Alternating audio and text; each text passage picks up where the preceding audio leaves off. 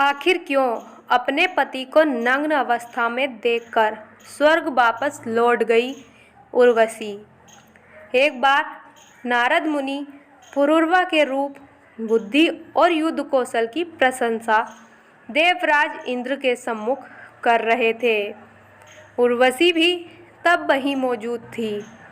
उर्वशी ने मृत्युलोक के एक राजा की इतनी प्रशंसा सुनी तो वह उन्हें देखने के लिए लालायित हो गई। वह बिना कुछ सोचे समझे स्वर्ग से धरती पर आ गई। उन्होंने जब पुरूरवा को देखा तो एकदम मंत्रमुग्ध हो गई। पुरु भी उर्वशी के अपार सौंदर्य में खो गए और उन्होंने उर्वशी के समक्ष विवाह का प्रस्ताव रख दिया। उर्वशी को विवाह प्रस्ताव तो मंजूर था, लेकिन उन्होंने राजा के सामने 2 शर्तें रखी। पुरूरवा उर्वशी से इतना प्रेम करने लगे थे कि बिना कुछ सोचे समझे ही सारी शर्तों को मानने के लिए तैयार हो गए। उर्वशी की पहली शर्त थी कि राजा को उसके 2 भेड़ों की रक्षा करनी होगी, क्योंकि उर्वशी उन्हें पुत्रवत समझती थी। राजा ने इस शर्त के लिए हंसते हुए हाँ कह दिया। उर्वशी की दूसरी शर्त यह थी कि सहवास के समय के अलावा एक दूसरे को नग्न अवस्था में देखने पर वह वापस स्वर्ग चली जाएंगी।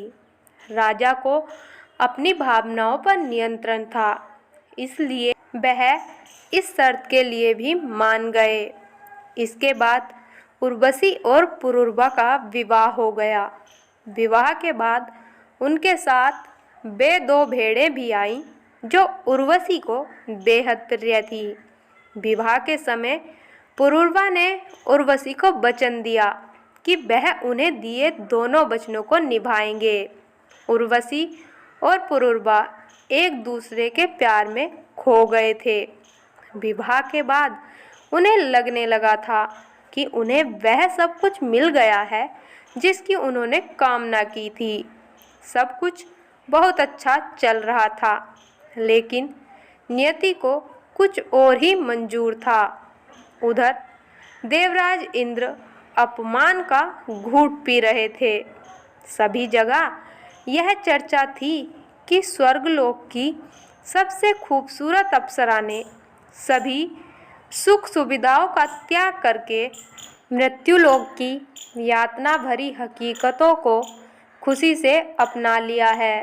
देवराज इंद्र को अपमान महसूस होने लगा कि उर्वशी उन्हें त्याग कर पुरूरवा के साथ इतनी खुशहाली से जीवन यापन कर रही थी।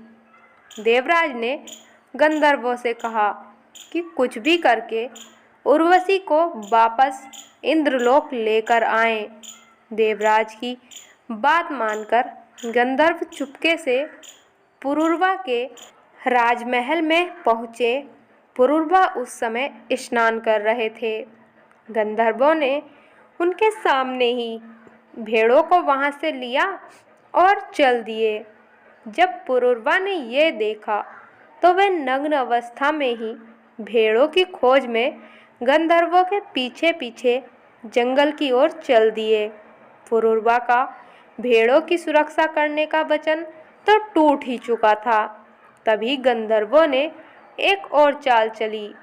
अपनी प्रिय भेड़ों को खोजते हुए जब उर्वशी भी उसी जंगल में चली गई जहां पुरूरवा गए थे।